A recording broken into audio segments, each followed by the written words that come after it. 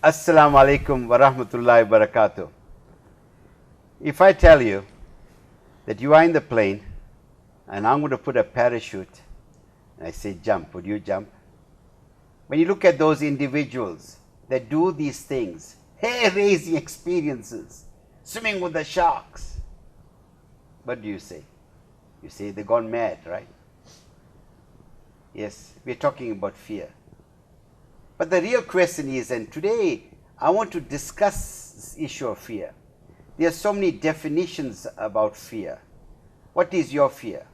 Is fear a palpable thing, something that you can touch and feel, or is it the figment of your imagination? Does your childhood experiences develop those fears? Your phobias, where do you get your phobias from? It's incredible. Perhaps each one of us has some fear.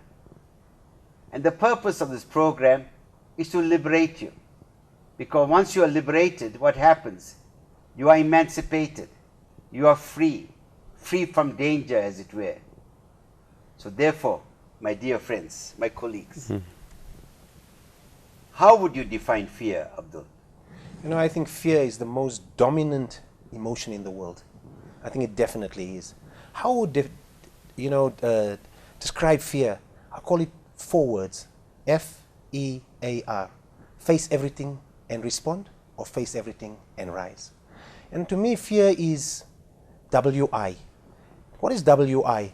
Is what if this happens tomorrow? What if that happens tomorrow? What if this happens? And when we go into this what if, we go into doubt, we go into fear, and we put ourselves in a place where we've never ever been. The future doesn't exist. The future hasn't come yet. We have to become present. But live in Abdul, this moment. Yeah, but what you're saying, I understand. But if you look at a literal definition of fear, these people speak about those emotional sensations you have because of impending danger. It does not say for a anticipated danger or a perceived danger. They speak about a real danger. And how would you respond to that, Harun? You know, looking at what you're speaking about danger, that's where it comes. There's a problem. You know that if you're going to do this, the end result is death, probably. That is why it's dangerous. Or you're going to get extremely hurt. Jumping out the plane, the parachute doesn't open, you're going to fall, splat, you're dead. So when you look at all of these things, how I handle it as a specialist on fear is I look at everything that can go wrong and make it go right. That's how I handle fear, myself. So in other words, you take the precautions. Yes, you have to. You have to understand what it is that you're putting yourself. What is it that you're going to be doing? Okay, so if I'm going to be, like you gave that example, parachuting out of a plane. There are 2 chutes. The main one, the big one, and a smaller chute, a safety chute. Make sure they're both there when you jump out. That's the first thing. Know what you're doing, know when to pull. Understand the process, and then go and do it. So it's about educating yourself first. Okay, now the assumption many people have is that when people do these fancy things, right, there is almost like a sense of bravado, you know. They are tempting fate, as it were. Sure. And but what you are telling me, and I've come across this, and you speak to people that do these things, they are so cautious. They also want to preserve their life. They're not idiotic, right?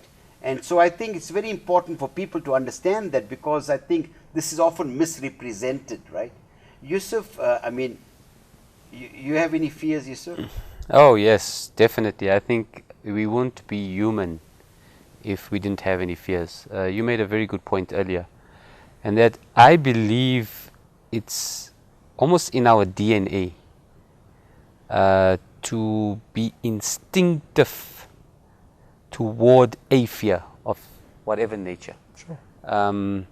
If you look at humanity through the ages, the dangers were different. You know, before, you just take the time of the Prophet, peace be upon him, and traversing. Just think of the journey, traversing from Mecca to Medina. I mean, today it obviously takes you a couple of hours, but just think of the elements that were there. If you just look at that desert, it's such a treacherous desert. And so it is an instinctive reaction. We've been built to be able to deal with fears. So what has happened though, and this is something that I think with also all these motivational seminars and a lot of the new age science around it is making it almost like a taboo thing, fear.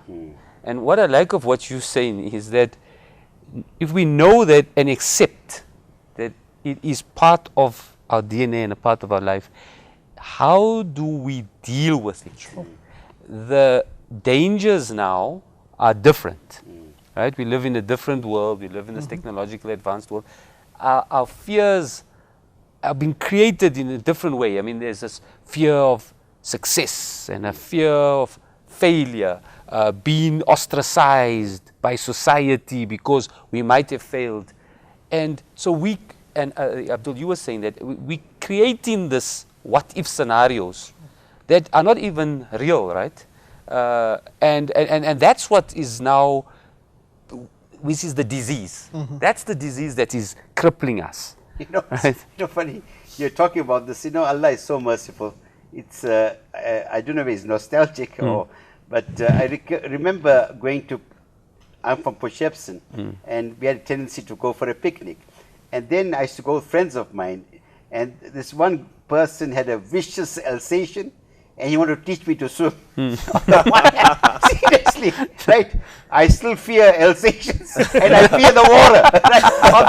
That Alsatian chasing me to the water, and then those gigantic waves. At once, out of fear, I dived in and I landed on the rock.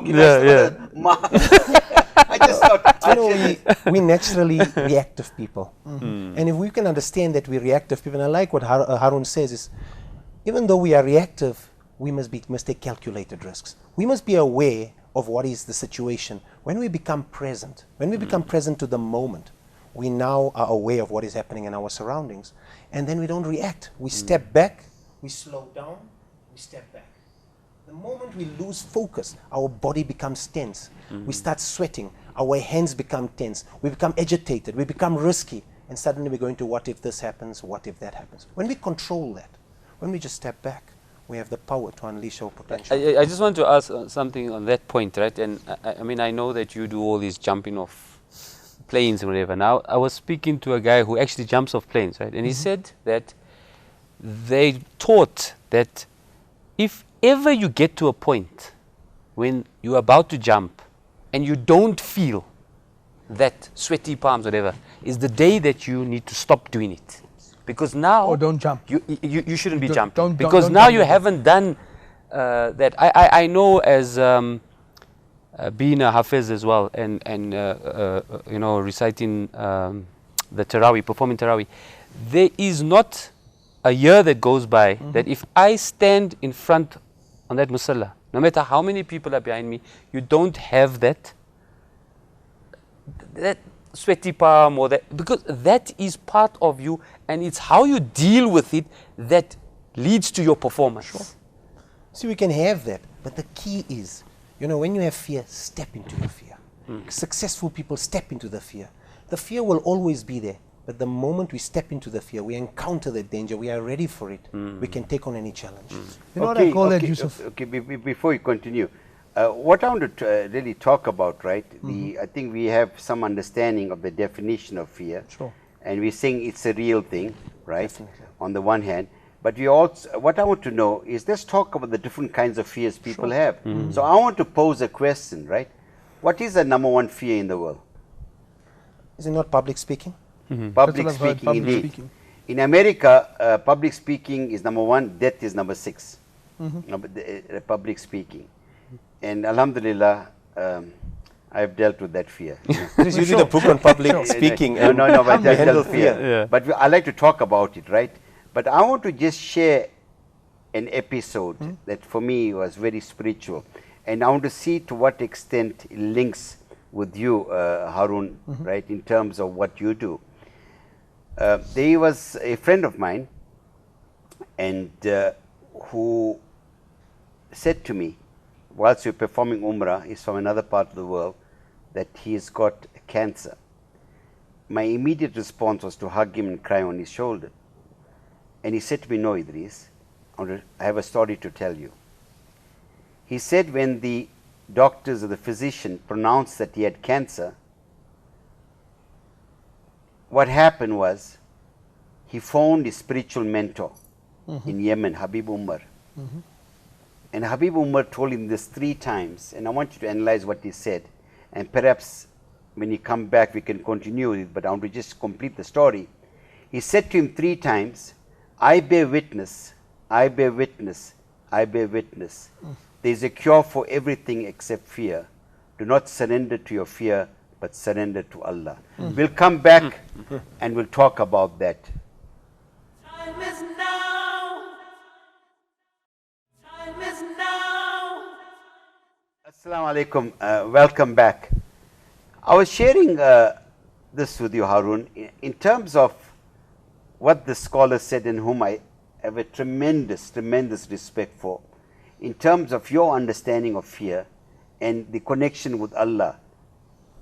How do you, for example, connect with these concepts? This is something very close to me, very close to my heart, and it's taken me a long time, and it's been an ongoing journey for that connection. We got Vodacom in South Africa, we got MTN, but it's always, you never get a clear connection. That connection that we talk about is a pure connection to Allah. I strongly believe that if you do your best, Allah will do the rest. But it's all about intention. What is your intention? Why are you doing it? So when it comes to fear, the only thing that I truly fear is Allah. Is that I'm not pleasing my Allah enough. So everything else along the way doesn't matter. So jumping out of a plane, diving into the water with sharks, no cage, 200 sharks all around me. That is Allah's creation. I am Allah's creation. I am doing my very best. Allah, you there to protect me. You do the rest. And that's as simple as it is for me. And it works for me every time. I'm here. Here's my 2 hands, my legs. It hasn't been So you accept the fact that one should not succumb to your fear, but surrender to Allah. Most definitely. So, but this could not have happened overnight. No. It must have been gradual, Sure. right? So talk to us maybe one or 2 near experiences, terrifying experiences you might have had that might have shaken you to the core. Did that happen to you? Yes, Or yes. from the very beginning, you had the shark smiling at you. How's it, Harun? Haven't seen you for a long time, you know. I wish it was that easy. My biggest fear before putting my trust totally in Allah was heights. Every time we'd go to, for example, everybody knows Sun City, gambling place, Sun City. But there's other things you do. There's water rides. There's a huge slide there. When we went as a family, I'd go up like a hero to the top. I'd give my ticket to my brother. I say, you go first. You do this first. I'd put him front line because I was afraid of heights. When I looked at myself and asked, why am I afraid of heights? I remember as a young boy, I'm sure it happened to most of us, my kite got stuck on a roof. Right, yeah. So I climbed up, Spider-Man, Rabu B, as they say. I got to the top, not realizing these are tiles, and I came flying down. I got hurt, leg broken, so my fear stemmed from that. So every time I got high, I remembered the fall, Correct, and yeah. it held me back. Today I'm jumping out of planes. I plane at Orlando Towers. I'm doing all these things because I've learned to put my trust in Allah, but also to understand what can happen. See, the experience. Abdul, I want to come to you and ask you a question directly, right? Because I have a trend this year, right? Abdul, I mean, when someone looks at you, right, you exude a lot of confidence. You seem to have got a lot of control. And when you are in front of crowds, you energize them, You got this smile, and you can smile, Abdul, right? It's good. It's gone a mile now. Right. Now, what is your fear, Abdul? I think, like Harun, our biggest fear is fear Allah. And I think my biggest challenge before that, I was once, and I recall the time when I had the most fear, and I think it was a defining moment in my life. I was in front of 30,000 people, the first non-white to represent the unity process. And I was there bowling a ball, and I started running in, believe I could do everything. But suddenly when I released the ball, you do 4 things that happens to you at that moment. When suddenly you realize where you are, you're on a big stage, you're in front of all these people, your parents are watching, you suddenly freeze. And you do two things when you freeze.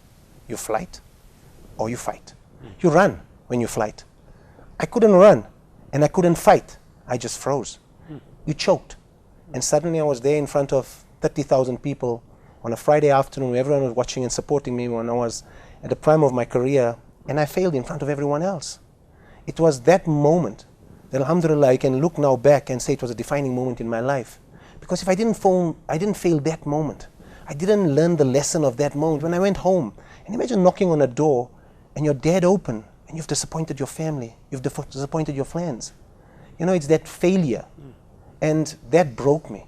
But somehow I realized something. And the teacher told me this. There's three things you can do with this, Abdul. It can either make you, break you, or strengthen you. And from that moment, I decided it's going to strengthen me. And I stood up. And from that moment, I realized that whatever happens, it's a lesson. Learn the lesson. Improve from that lesson. And then step after that, when you do it again, you can do it better. So we're allowed, to make mistakes. We're allowed to go through that process. But when we overcome that process, we learn our lesson the next time. I now teach people on fear. I teach them how to breathe more comfortably. When they're in front of a big stage. We'll come to that, right? I'm just going to, let's just discuss what you are discussing, right? Because there's some critical points that you raise. The point that you raise, you could have allowed that moment to define you negatively. Absolutely. And you would have sabotaged you for the rest of your life. Then you would have become a spectator, a victim mentality, but you confronted that.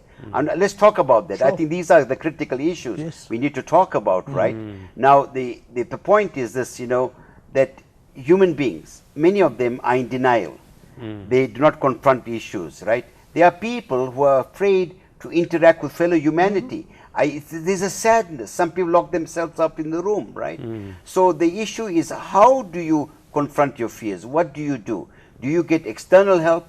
Yusuf, I mean, in terms of, the many things. I know I've been interacting with Yusuf, and I've been telling Yusuf, the potential he has, not that he did not know about it, right? And we find that each one of us has a potential. We all have a story to tell, what's holding you back? Yeah, the point is that we all brought onto this earth with this great gifts, blessings from our Creator. I know you were saying that earlier, and we sabotage ourselves, and there's so many reasons why we do that. You go to school and a teacher tells you you're not good enough, or your parents may tell you not to do something. There's a lot of these no's in our life. Society wants to mold you into this somebody, so we carry all of this striving for some ideal and not tap into what our uniqueness is and expressing that. And so then you live a life of mediocrity and you start living a life of being average. Why? You allow these fears to take the better of you. And how many of us go our whole life through, right up to our death, living a life like that, right? And then it starts manifesting in other ways, diseases. So you ask yourself today, people are saying, but look at how many people you find with cancer and a whole lot of different things. These are all emotional issues, blockages that we haven't released. So it's a very simple thing. As long as we become aware of who we are, we all have our darknesses, but you know what it is. All it requires, most simplest thing in the world, that's the beauty of life, is just to become aware. Let's not fool ourselves, fool society, carrying all these veneers and camouflages to put on a show. I did that for many, many years. It was actually taxing, so tiring. Can you imagine living with all of this? Just take it off and just bring out your true self. That's that uniqueness that Allah has just given you. And that makes you special on this planet, because each one of us are special. In fact, Yusuf, I think the few points that you raise is about being authentic, being the person. In other words, not putting different masks, adopting different personas, being true to your inner self. Because if you're not true to your inner self, then the people are interacting with a facade, with there's something fraudulent, right? The other issue is about excellence, right? And there's something we need to pursue. There's no place for mediocrity, the point that you make, quite compelling. Abdul, I want to ask you this, right? I mean, to what extent positive visualization helps also? We spoke about prayer, visualization. In other words, you know. See, we are reactive people. And the moment a reaction lasts for 7 seconds and it becomes an emotion and it can destroy us. So what do we do in the 7 seconds when we're aware of a situation? We need to become present. How do we become present? And it's a simple technique, and we all can do it right now, is take a deep breath. When we take a deep breath, we stop and we count to 7. And then we notice our 5 senses around us. We notice the colors around us. We notice our feet on the ground. We hear every sound that we are present in. When you use your senses of touch, smell, taste, and you become aware of it, you step back. Naturally, we're reactive people. We should become a witness in our life. We should become aware. And when we become witnesses of everything that's happening around us, and like Yusuf says, accept, embrace the situation. You go outside and you see your car is a tire is punctured. Immediately, what do? Why me? What this? Oh no. Stop. Accept. What can I do? When you're in a situation of danger, ask yourself, what can I do? Trust Allah, give your best, like Harun says, give your best, and leave the rest to Allah. You know, I mean, that's a point, you see. The point is recognizing your environment, Sure. you know. And, but I recall, I used to run marathons, right? And I used to have what I call positive visualization.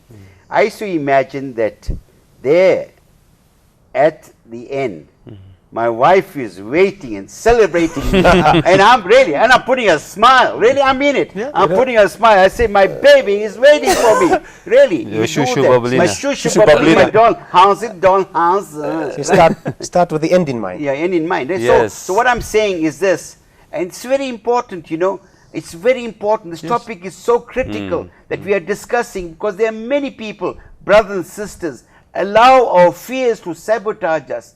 You can unleash your potential. We have done it. We grew up being victims. We grew up blaming everyone else. But look at yourself in the mirror. Allah loves you. Do you love yourself? Do you want to leave a legacy? Of course you want. And we shall show you how in the next segment. Time is now. Time is now. Assalamu alaikum wa rahmatullahi wa barakatuh. Harun, I'm determined to swim with the sharks. My wife thinks I'm a shark. So anyway, we'll swim with the sharks. But let's talk about the different fears that people have, right? And when people, if you look at the definition of a phobia, and it comes from a Greek word, and they say a phobia is an irrational fear. There is no basis for it, right? So in terms of the different fears that people go through, what are some of the fears? If I can go in, and just from a business perspective, I know that people have fear of success, right? That's what, no, fear of failure. But interestingly, it's actually a fear of success. Can you believe it? That you actually sabotage yourself because it stems from, I think, a lack of self-esteem. Because you're actually sabotaging yourself for all the abundance that is meant for you. Because when you have that success, then people start criticizing you, because now you put yourself out there, right? So for fear of success, you actually sabotage yourself, right? So then you ask yourself, why are you not achieving that you were meant to achieve? Because every one of us were put on this planet to achieve that abundance that was ordained for us. 100%. But we block ourselves from it. Now they say South Africa particularly is one of the major, is one of the countries that does not take risks in business.